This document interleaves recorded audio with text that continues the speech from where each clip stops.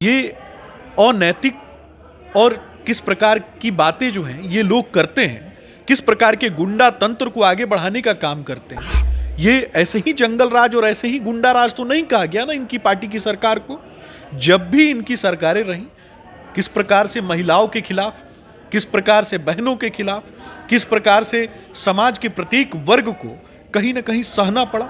ये जो जातीय समीकरण बना करके चलते हैं, उस जातीय समीकरण के लोगों के लिए भी इन्होंने कुछ नहीं किया। उनकी भी, उस समाज के भी लोगों का कहीं ना कहीं उनको भी अपमानित कराने का काम जो है ऐसे लोगों ने किया है। सम्राट चौधरी जी ने कभी भी किसी भी माता बहन के खिलाफ कोई भी टीका टिप्पणी जो है वो नहीं की है। ये गलत तरीके से प्रस्तुत करते हैं, ये गलत तरीके से बातों को बताते हैं। कोई भी एक भी बयान निकाल करके दिखा दीजिए, ये कोई भी एक भी बयान जो है वो निकाल करके दिखा दीजिए जिसमें भारतीय जनता पार्टी के किसी भी नेता ने किसी को गाली दी हो। ये तो मैं पूछना चाहता हूं ना, लेकिन ये लोग गाली दिलवाने का काम करते हैं। ये कैसे समाज का निर्माण करना चाहते हैं? ये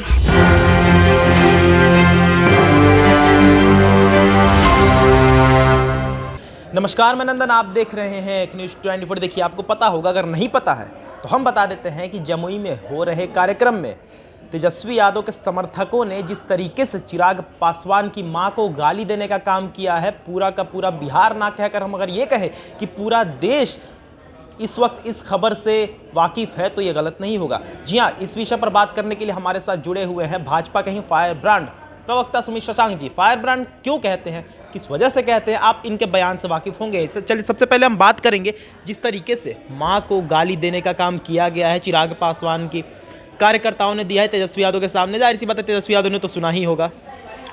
देखिए, सबसे पहले तो मैं बताना चाहूँगा कि माँ वो अलौकिक शब्द है जिसके स्मरण मात्र से ही, जिसके उच्चारण मात्र से ही मनुष्य की सारी पीड़ा जो है वो समाप्त हो जाती है।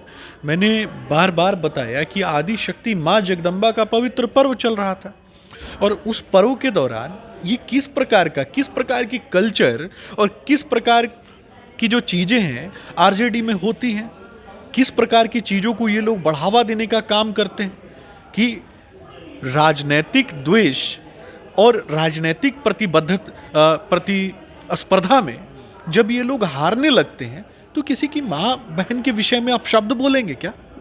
शर्म नहीं आती है क्या तेजस्वी जी को इस प्रकार के लोगों को तैयार करने में? ये किस प्रकार के समाज का निर्माण करना चाहते हैं? लालू जी ने तो जो किया सो किया, तेजस्वी जी किस प्रकार के समाज का निर्माण करना चाहते हैं? ये उनको जवाब देना चाहिए।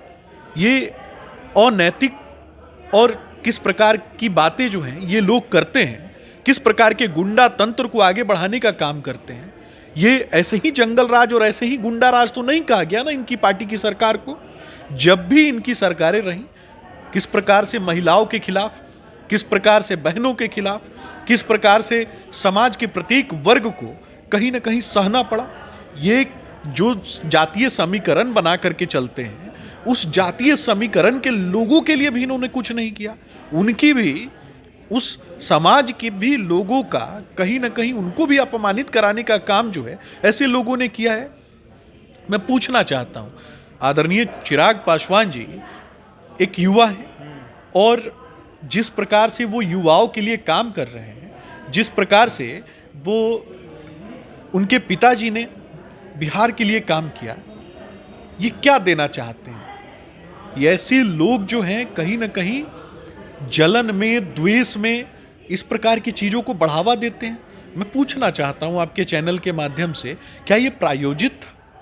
अगर प्रायोजित नहीं था तो तेजस्वी जी ने ऐसे लोगों को भरी सभा में डांटा क्यों नहीं, भरी सभा में बोला क्यों नहीं? आपने इस्तेमाल किया यहां पर कि ये प्रायोजित था या नहीं था।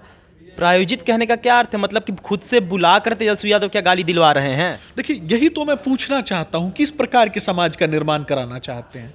अगर उनको ये सारी बातें सुनाई दे रही थी, जैसा कि वीडियो में स्पष्ट होता है, तो उनको वहीं पर डांटना चाहिए ना, वहीं पे बोलना चाहिए ना, और वहीं बताना चाहिए लोगों को कि इस प्रकार की अनैतिक बातों का वो सम्मान करते हैं क्या, या ऐसी चीज़ों का वो विरोध करते हैं। मैं पूछना चाहता हूँ, चिराग पासवान जी ने कहा कि वो लालू जी की पत्नी राबड़ी देवी जी को माँ मानते हैं।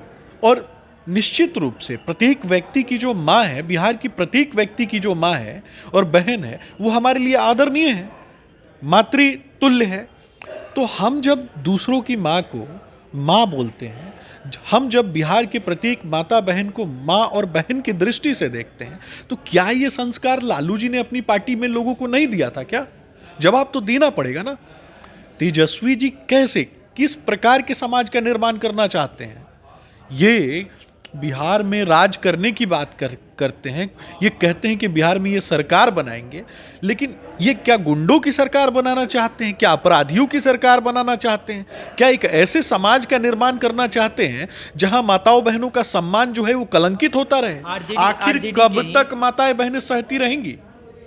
आरजेडी के ही कार्यकर्ताओं का ये कहना है, इस विषय पर वो एक्शन नहीं ले रहे हैं, संज्ञान नहीं ले रहे हैं, बल्कि कार्यकर्ताओं का ये कहना है कि उन लोगों को मिर्ची क्यों लग रही है जिनके प्रदेश अध्यक्ष यानी सम्राट चौधरी जी ने रोहिणी आचार्य को लेकर जो बयान दिया था, तो उन लोगों को मिर्ची क्यों लग रही है जिनके पार्टी के ही लोग महिलाओं को, बेटियों को सम्मान नहीं देते हैं। देखिए, आदरणीय सम्राट चौधरी जी ने कभी भी किसी भी माता बहन के खिलाफ कोई भी टीका टिप्पणी जो है वो नहीं की है। ये गलत तरीके से प्रस्तुत करते हैं, ये गलत तरीके से बातों को बताते हैं।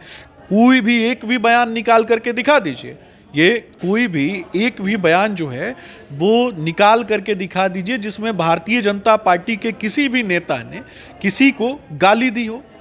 ये तो मैं पूछना चाहता हूं ना, लेकिन ये लोग गाली दिलवाने का काम करते हैं।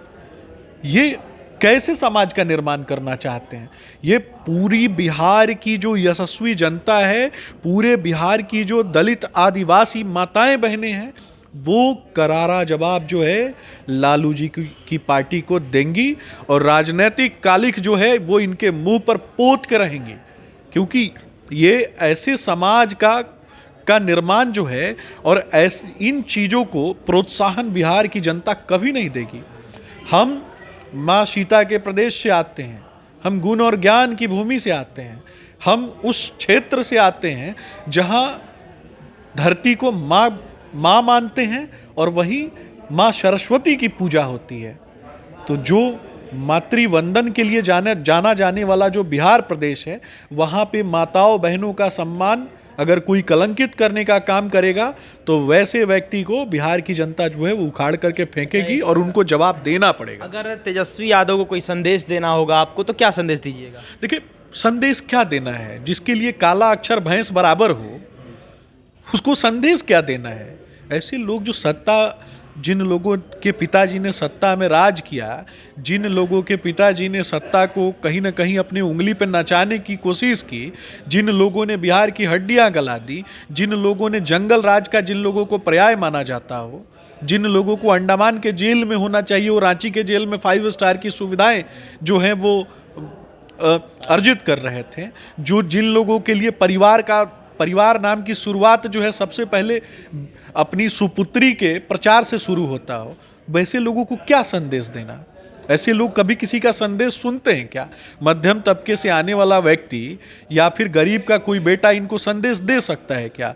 ये लोग तो संदेश देने वाले का भी को भी कहीं ना कहीं कुछ भी कर सकते हैं। देख सकते हैं सुमित शशांक जी हमारे साथ मौजूद थे। आपको बताते हैं कि जिस तरीके से पूरी कहानी है वो तो आपको पता ही होगा कि जमुई में कार्यक्रम चल रहा था तेजस्वी यादव का, वहां पर उनके कार्यकर्ताओं ने चिराग पासवान की मां को गाली देने का काम किया है। वीडियो बहुत तेजी से वायरल हो रहा है।